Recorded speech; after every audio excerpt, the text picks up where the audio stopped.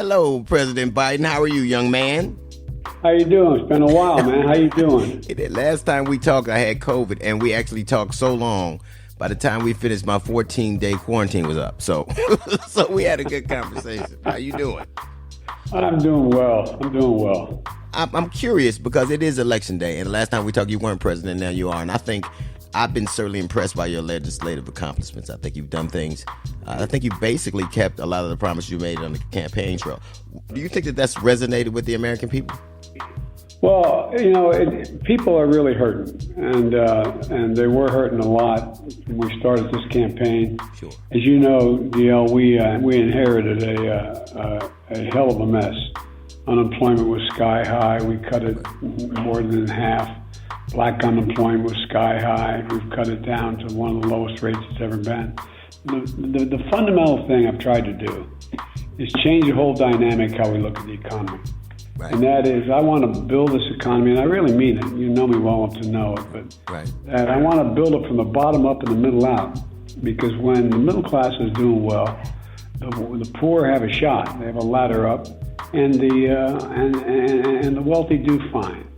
And I'm not worried about them.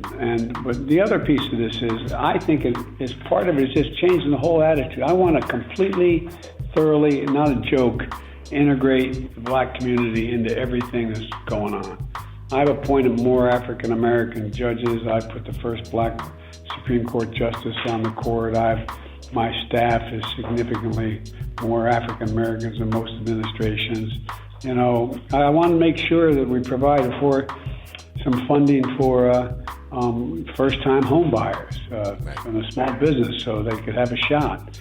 And in addition to all that, we're trying to, like, for example, we did the child care tax credit before the Republicans knocked it out, it reduced child poverty in America by 40%. I mean, it was gigantic help to people. I think I've been very, honestly, I think that I've seen some things that you've done, and I think that, honestly, I haven't seen anybody be able to accomplish that with a slight majority that you had in I don't know, in decades. I don't know that I've ever seen it. But when you say to me, democracy's on the ballot, that's interesting. I don't know quite how to quantify that. What would you say that means exactly? Well, what it means is that you have an awful lot of people that are trying to stop people from being able to vote, make it incredibly difficult for people to vote, cutting the number of polling places available, particularly. We know who those people are. Those people are black and brown. Yeah, we sure do. Yes, right. Yeah. Right. Oh, and by the way, that's what I'm talking about. You talk about, you have over 300 people, DL, who are running for office on the Republican ticket who deny that we won the election. They deny that the last election was legitimate, number one. Number two, you have these same people arguing they're not sure they're going to accept the results unless they win. And then you had that storm into the Capitol on January the 6th, and they're calling these guys patriots. And how the hell can you say you're a Democrat with a small d, or you're someone who really cares about the nation, when you say the only elections that matter are the ones we win? If we lost, it was cheated. And secondly, that the guys and women who broke through those doors and 2 cops ended up dying, and that these guys are patriots?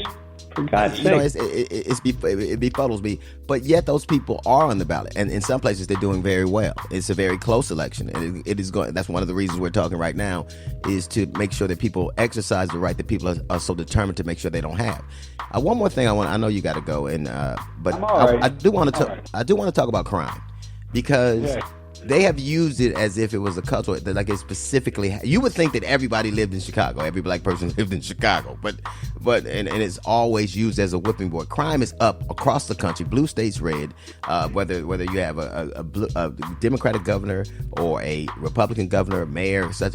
Crime is very on the minds of a lot of voters, and particularly it affects us in our communities.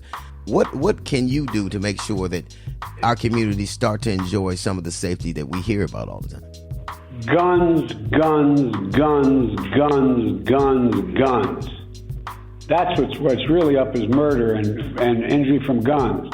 Look, the idea that these Republicans are fighting staying with the NRA and saying we should allow assault weapons on the street. The idea that you can sell go in and buy a cartridge that holds up to 100 rounds of bullets in it. The idea that you're able to do this with impunity and be able to purchase it is just outrageous. It makes no sense at all. You may remember when I passed the assault weapons ban in the 90s when I was a senator, violent crime dropped and then mass shootings dropped precipitously. And then, the Republicans wouldn't keep it. The other thing is we have to spend a lot more time with youth and dealing with the things that have to do with helping them through their circumstances. For example, crime prevention programs in communities, and there's a lot of really good ones, crime actually comes down. You have to embrace it. And when someone serves their time in jail and they get out, they shouldn't be further penalized. They should be able to get Pell Grants to go to school. They should be able to live in public housing. They should be able to take access to everything that's out there. You give them $25 and a bus ticket, they end up under the same bridge they're under. Exactly. That's exactly what happens. And then they become. Well, that's exactly. I know more. I know as much about this as you do, old buddy. And let me tell you. Well, that is debatable, but I will actually. That's probably debatable. I've done it my whole life. Well, good luck tonight. One more. I do want you to take this opportunity right now to tell people why. Some people are still on the fence as to why they should get out. It's raining. They got to stand in a long line. If you do not vote, and if the MAGA Republicans, these right-wing Republicans, this is not your father's Republican Party. This isn't Governor Rockefeller. This isn't. This is a different breed of cat. And they care about your community about as much as, well, anyway, you've seen what you've gotten from that community. And it matters. I'm proud of you, man, and I hope you keep it up. And I don't know what'll happen today, but I can tell you that I will say this, that the things you have done have mattered, and I think that people will start seeing the results of those. I mean, it's just almost like when you start taking medicine, you don't oftentimes see it with the immediacy that you like. But I don't think that your work has gone unnoticed, and I hope that it doesn't go unrewarded. So thank you. Well, every time I walk into my Grandpa Finnegan's house up in Scranton, which is a working-class neighborhood, he'd say, "Joey, keep the faith." And my grandmother would, "No, Joey, spread it. Spread the faith." And on that, we out of here. Hey, President Biden, it's a pleasure as always. Go keep at him, man. All right. Bye-bye. The DLHughleyshow.com. Log on today.